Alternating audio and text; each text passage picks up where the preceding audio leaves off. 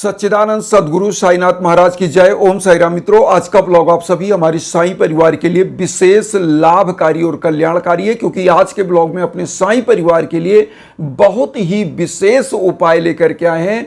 हरियाली अमावस्या पड़ रहा है 24 जुलाई 2025 को, और इस दिन पड़ रहा है बहुत ही शुभ योग गुरु पुष्य नक्षत्र।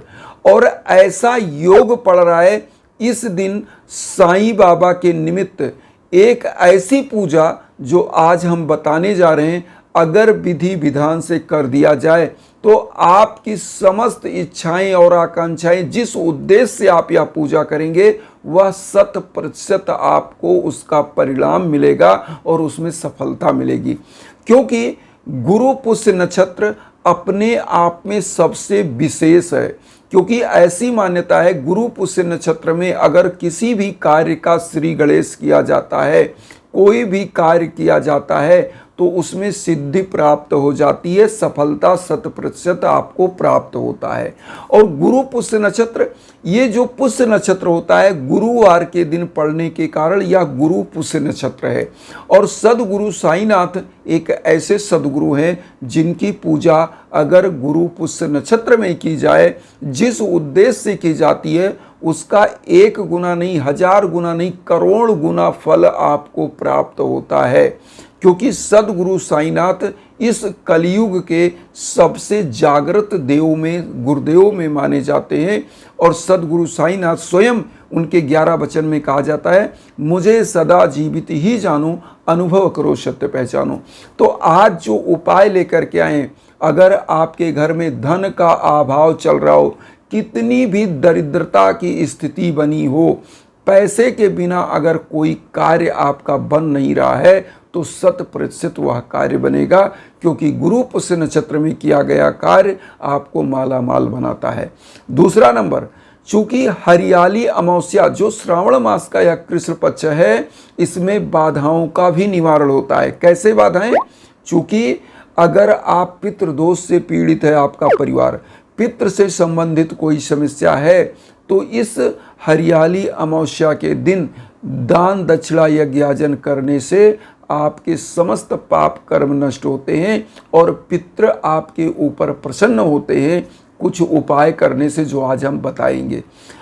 तीसरा चीज और जानिए कि जब आपके घर में किसी प्रकार की नकारात्मक ऊर्जा चल रही हो और आपके घर परिवार का भाग्य एकदम से डंप चल रहा हो, मतलब आय का स्रोत कहीं भी आप चाह रहे हैं कि यहाँ आय जनरेट हो जाए, हमारा बिजनेस व्यापार अच्छा चले, और वहाँ पर आपको घाटा लग रहा है, बिजनेस व्यापार मंदा चल रहा है, ऐसे समयों में आपको इस उपाय को जरूर करना चाहिए।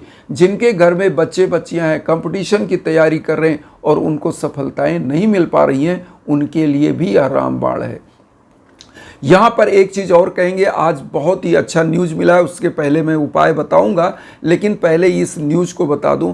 हमारे ऐसे ही एक बंधु बांधव हैं जो रहने वाले हैं, जो महाराष्ट्र के सांगली डिस्ट्रिक्ट है, वहाँ से, उनके लिए हमने उपाय किया था और बहुत ही ज़बरदस्त उनके घर में एक छोटा सा बालक का जन्म हुआ है और बहुत ही अच्छे रूप में उनके परिवार को सफलता, उनकी बेटी को नीट की परीक्षा में भी सफलता प्राप्त हुई थी।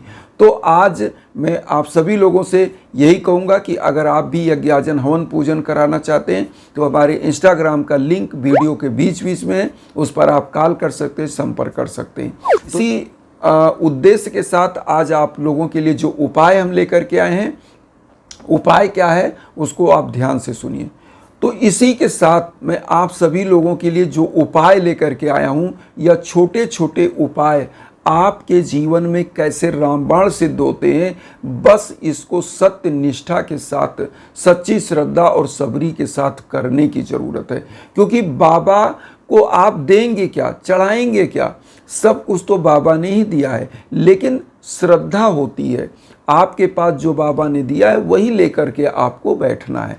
क्या लेना है, छोटा छोटा चीज़ आप ध्यान दीजिएगा, निश्चित रूप से सफलता आपके चरण चूमेगी। बाबा की कृपा सदैव आपके जीवन में बनी रहेगी। क्या करना है, क्या लेना है?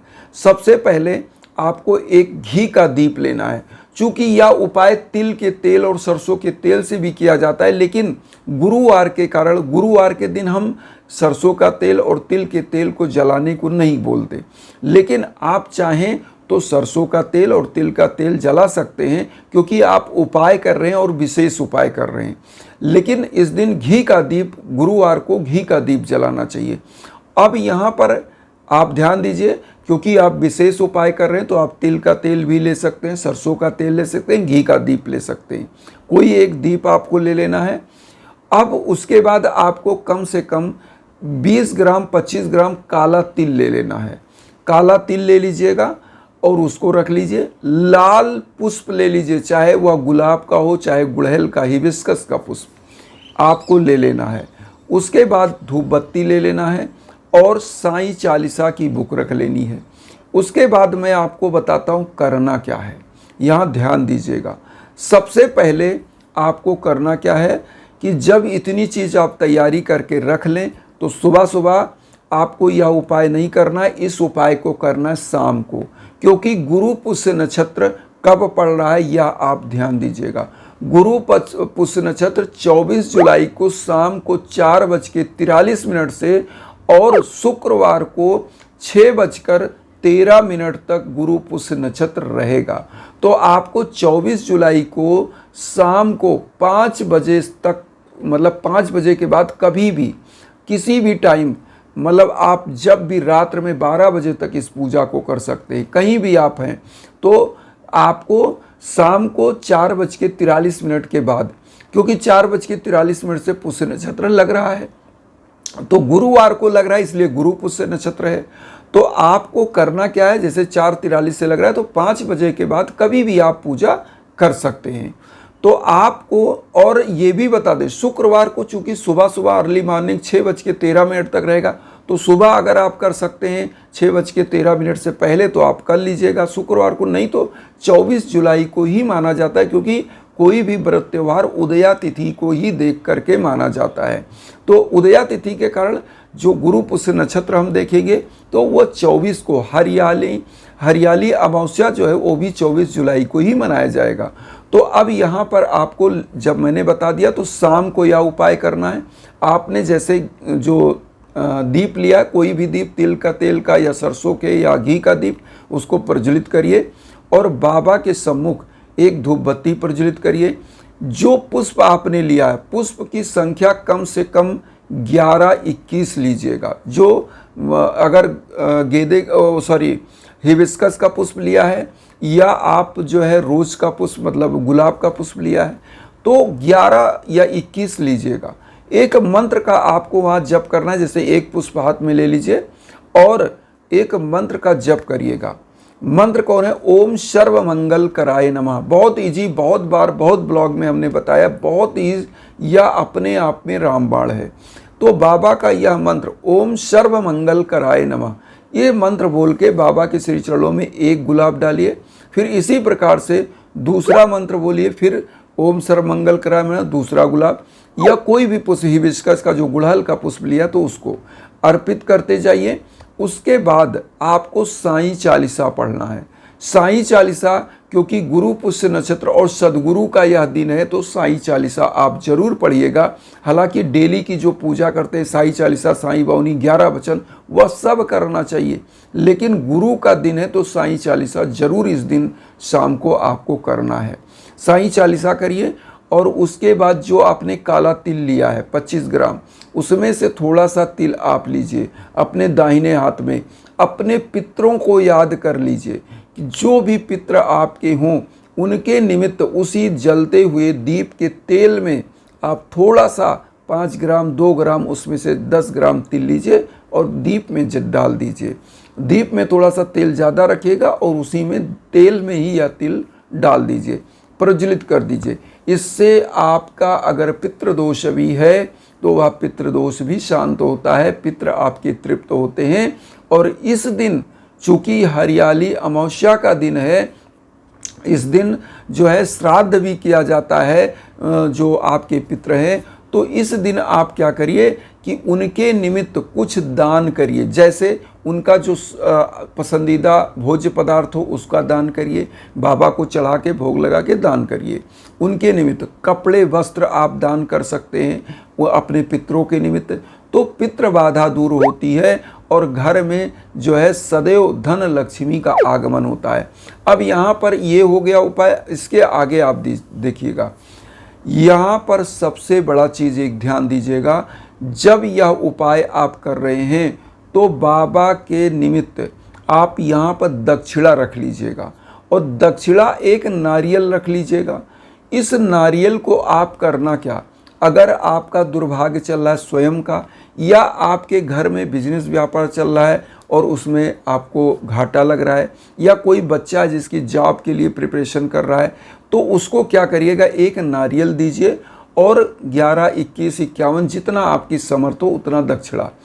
इसी जो है जो पूजा करें ना, इसको बाबा के श्री चरणों में दक्षिणा और नारियल अर्पित कर दीजिए और किसी साईं मंदिर में जा कर के किसी भी दिन जब भी आपको टाइम हो इस नारियल को ले जा कर के बाबा के श्री चरणों में वहाँ अर्पित करा दीजिए, क्योंकि बाबा का सबसे प्रिय नारियल था। और नारियल को श्रीफल बोलते हैं।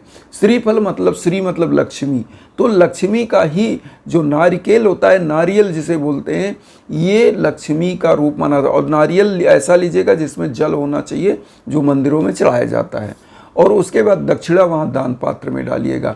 वहाँ कुछ जिस दिन यह नारियल चढ़ाइएगा उसी दिन कुछ गरीबों को वहाँ पीला फल वितरण करा दीजिएगा या खिचड़ी बना के वितरण कराइएगा।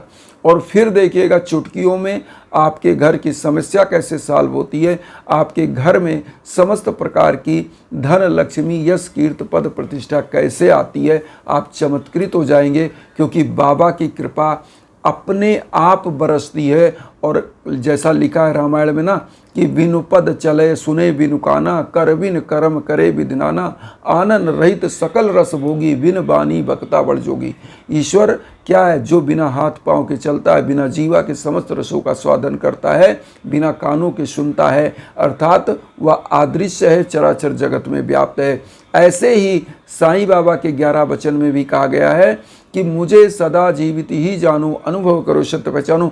तो बाबा का 11 वचन आप लोग जानते होंगे, मैंने कई ब्लॉग में बताया है। वीडियो लंबी हो जाती है, आप लोगों को मैं चाहता हूँ सुगमता से आप समझ जाएं, इसलिए मैं आप लोगों को यह चीज़ बताता हूँ। लेकिन वीडियो ना लंबी हो इसलिए हम आपको यहाँ कुछ शार्ट बता रहे हैं, लेकिन यह उपाय जरूर करिएगा और निश्चित रूप से आपका कल्याण होगा। यहाँ पर एक चीज़ और आपको कहेंगे कि अगर जीवन में कोई भी समस्या चल रही है, शादी विवाह दाम्पत्य जीवन की समस्या, संतान प्राप्ति या कैरियर रोजगार के संबंधित बिजनेस व्यापार में कोई दिक्कत, तो उसके लिए यज्ञ याजन हवन पूजन के लिए हमारे इंस्टाग्राम पर आप संपर्क करिए, जो कि वीडियो के बीच बीच में हम लिंक देते हैं, उस पर कॉल कर सकते हैं, मैसेज कर सकते हैं, कुछ समझना है तो समझ सकते हैं। इन्हीं भावनाओं के साथ एक चीज़ और कहेंगे, वसुधैव कुटुंबकम की जो भावना हम लेकर चल रहे हैं उसमें आप सभी लोग चैनल को सब्सक्राइब करके हमें भी अपना परिवार बनाइए। उन साई भक्तों तक वीडियो को जरूर शेयर करिए जो किन्हीं कारणों से कष्ट में दुख में। इसी भावना के साथ ओम साई राम।